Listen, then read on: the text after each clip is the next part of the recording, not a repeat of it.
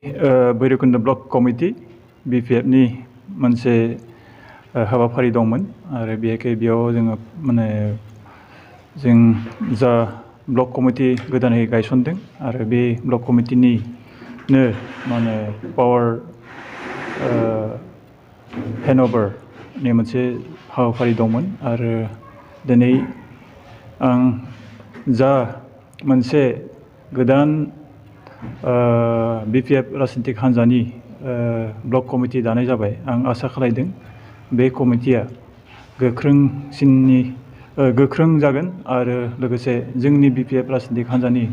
जाफोर मावनो गोनां खामानि दङ बेफोर बायसा खामानिखौ बिथांमोना मावफुंलांनो हागोन होननानै आं आसा फारियो। सारनाव मोनसे सोंथि जोंनि बिटिआर हालामनि बर' सुबुंफोरा खायफा मोजां साननो गोरोंफ्रा बुंदों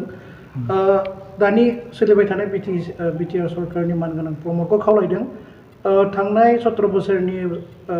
खोथाफोरखौ रायखांनानै बेबायदि खामानिखौ मावालासिनो दोनाबा जानाय नङा होनना बुंदों बिसोर माने अन्नानै मोजांखौहाय आगबारिनांगोन होननानै खावलायदों रायजो राजाफ्रा सारा मा बुंनो सानो बेनि बेलायाव?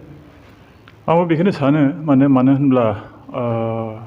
जा माने जाफोर मोजां माने खामानि बेफोरखौ एसे एनालाइसिस खालामनानै दावगानाया मोजां आगबारिनाया मोजां आं बेखौ सानो आरो लोगोसे रायजो राजाफ्रा दिनै नुगासिनो दङ दिनै जाफोर दिनै बिटिआरआव जाफोर खामानि सोलिगासिनो दङ बेफोरखौबो नुगासिनो दङ आरो खायफा जाफोर माने पावार जों अलरेडि खोमानो हमबाय बिटिआर सुक्तिनि गेजेरजों आरो बे जोंनि थाखाय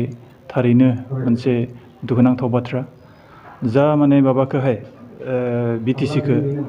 थांनाय 2004आवहाय गोबां जिउ माने खहाजों जों मोननो हादोंमोन खिन्थु दिनै जाफोर पावार एन्ड फांसन जों मोननो हादोंमोन NDNनि जा संबिजित बेखौ 6 सिडिउलखौ एसे माने एमेन्डमेन्ट खालामनानै आरो दिनै जा पावार आरो फांसन जों मोननो हादोंमोन बेफोरबायसा पावार एन्ड फांसन जोंनि गेजेराव बेफोरबो दिनै मोनफा मोनफा खोमालांनो हमदोंसै आरो दिनै आं बेखौनो बुङो जे बिटिआर सुक्तिनि गेजेरजों जाफोर दिनै जोंहा नैबे भैरबकुन्द ब्लक BPF राजखान्थि हान्जाया दिनै गोदान जिथु ब्लक कमिटि दाबाय बिनिनो जोंहा दिनै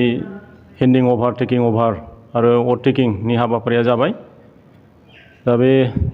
फैबाय थानाय समाव जों प्राइमारि लेभेलाव जों BPF राजखान्थि हान्जाखौ जोङो एसे रायजोफोरजों मोगा मोगि जानायनि जोङो हाबाफारि लादों आरो जों गामि गामि थांनानै जोंनि जि समस्या बे समस्याफोरखौ रायजोफोरजों जों सावरायनो थाखाय जों मोनसे सिद्धान्त लादों। सार साननैसो सिगां थांनाय मोनसे निउसावहाय नुनो मोन्दों बेयाव फोरमायजादों बे गोदान जाय अलरेडि बर' हारियाव मोनसे भलुन्टियार्स पार्टि होननायफ्रा बर' हारिनि थाखाय नांबोदोंमोन बैबायदि हान्जाया दायो आरो आगान होफिननानै बड'लेण्डनि थाखाय बिसोरो मासुरफिनदों सारा बेनि बेलायाव मा बुंनो सानो? बेथ' दुखुनांथाव जाथाय दिनै जों 1987आव फादार अफ बड'स उपेन्द्रनाथ ब्रह्मनि दैदेननायाव जि मास मुभमेन्ट जादोंमोन बड'लेण्ड आन्दलनाव बेयाव भलन्टियार फर्स बिथांमोना जिउ मोदोम बावनानै दिनै जोङो जिथु बिथांमोना खस्थ' परिश्रम खालामदोंमोन नाथाय दिनै जोङो गासैबो बर' माहारिया दिनै मोनसे दुखु मोनदों मानो होनोब्ला 2003 सनाव जे BLTजों जिथु BTC मोनसे सुक्ति जादोंमोन आरो बै सुक्तिनि गेजेरजों जों 6 सिडिउलनि जिथु कनस्टिटिउसनजों एमेन्डमेन्ट खालामनानै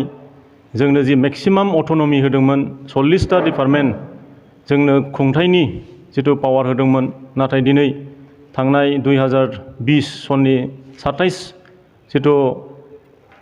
जानुवारियाव जि BTR सुक्ति जाबाय बे BTR सुक्तिनि गेजेरजों जोंनि मोनखानाय जि 40टा डिपार्टमेन्ट BTCनि जि पावार एन्ड फांसन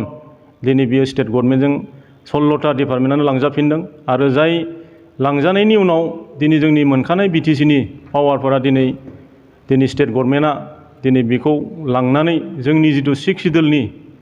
जिथु महर मोखां दिनै बिथांमोना गामि दानख'नायनि गेजेरजों जोंनि सिख सिडुलनि जिथु जुग्राफिकेल एरिया बे जुग्राफिकेल एरियाखौ बिथांमोना दिनै गैया खालामनो षड़यन्त्र खालामबाय थादों आरो जायनि जाहोनाव